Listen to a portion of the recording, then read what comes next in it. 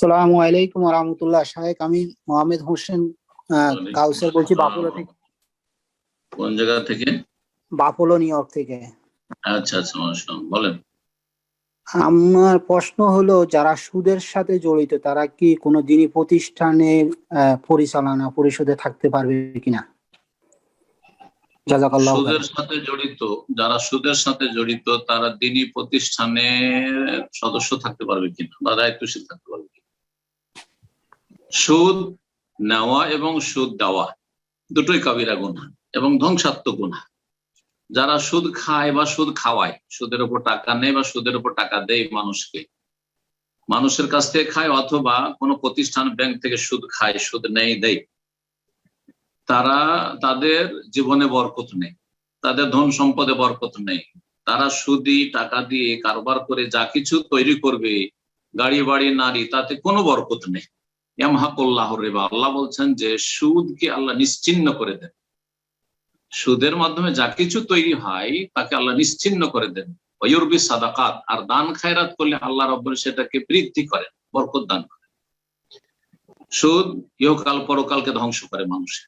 সুদ খাওয়া বড়ই কাবিরা গুনাহ। সুদখোরের জন্য দুনিয়া আখিরাতে কঠোর শাস্তি রয়েছে। সুতরাং এই ব্যক্তি ফাসিক, কাফের নয়, যতক্ষণ হালাল মনে করেননি সে কাফের নয়। সুতরাং যে কোনো মুসলিম প্রতিষ্ঠানের বা ইসলামী প্রতিষ্ঠানের একজন সদস্য হতে পারে, ফাসিক লোক সদস্য হতে পারে। পাবেন কোথায় আজকাল যে সব একবারে মাশাআল্লাহ পরিষ্কার পরিচ্ছন্ন। কেউ সুদখোর তো আর একজন হচ্ছে ধোঁকাবাজ, আর একজনের মধ্যে আর দোষ রয়েছে, আর একজনের মধ্যে আর এক দোষ রয়েছে, দোষের শেষ নেই।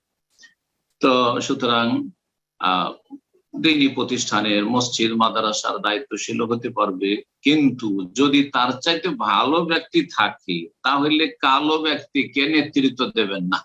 ভালোরা যদি মসজিদ চালিয়ে নিতে পারেন আর যদি মাদ্রাসা চালিয়ে নিতে পারেন, তাহলে কালোকে, সুদখোরকে, হারামখোরকে আর খারাপ লোকদেরকে না সদস্য বানাবেন না নেতৃত্ব দেবেন না। কিন্তু গায়ের জোরে যদি নেতৃত্বে চলে আসে, জনবল রয়েছে, ধন সম্পদের বল রয়েছে, অথবা আমাদের উপর চাপিয়ে দেওয়া হয়েছে ফাসেক নেতাকে, তাহলে ফাসেকের আনুগত্য করতে হবে, পাপিষ্ট নেতার আনুগত্য করতে হবে। যদি আমাদের উপর আমাদের ইচ্ছার বিরুদ্ধে চাপিয়ে দেওয়া হয় তখন বিরুদ্ধাচরণ করা যাবে না, ভালো কাজে আনুগত্য করতে হবে। আর যেখানে গুনার কাজ বলে লা তাআতা লি মাখলুকিন ফি মাসিয়াতিল খালিক। আশা করি বিষয়টি বুঝতে পেরেছেন।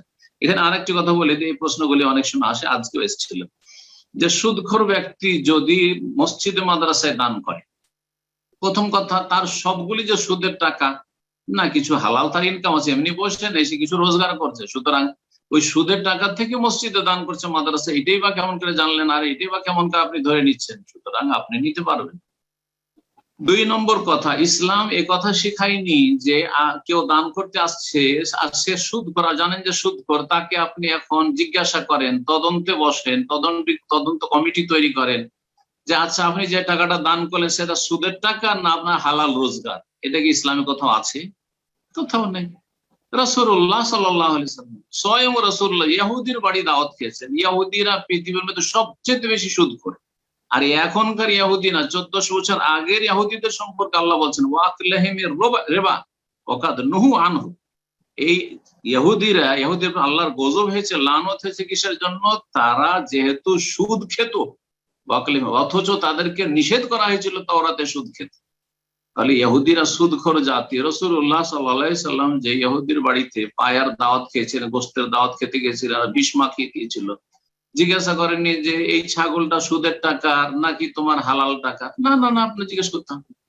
হ্যাঁ, কেউ যদি বলে যে আমি লটারি জিতেছি আর ওই টাকা দিয়ে আপনাদেরকে পার্টি খাওয়াচ্ছি, তখন হারাম। আজকে সুদের একটা বড় অ্যামাউন্ট পেয়েছি, ব্যাংক থেকে নিয়ে এসেছি, সেই জন্য আপনাদেরকে পাঠিয়ে দিচ্ছি, তখন হারাম, কারণ সে নিজেই বলে দিল যেটা সুদের টাকা। আশা করি বুঝতে পেরেছেন। কিন্তু আপনাকে আমাকে তদন্ত করতে হবে, জিজ্ঞাসা করতে হবে যে আপনার এই মুরগিটা কে জবাই করেছে, আপনার এই ছাগলটা যে জবাই করে আমাদের খাওয়াচ্ছেন তো কে জবাই। এখন চরমপন্থী আছে আমাদের দেশে, ভারত বাংলাদেশে একদল আছে নিজেদেরকে মুসলিমিন বলে যে আমরা মুসলিম, আর যেখানে যাবে জিজ্ঞাসা করবে যে তোমার এই ছাগল, তো ছাগল কে জবাই করেছে? আচ্ছা এই মোরগটা যে জবাই করেছে তো কে, বেনামাজি জবাই করেছে না বেনামাজি জবাই করেছে? কোথায় আছে?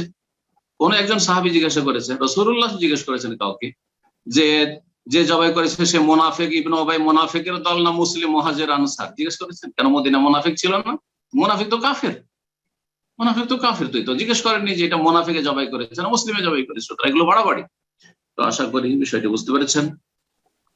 আল্লাহ তাআলা আলাম। জাযাকুমুল্লাহ।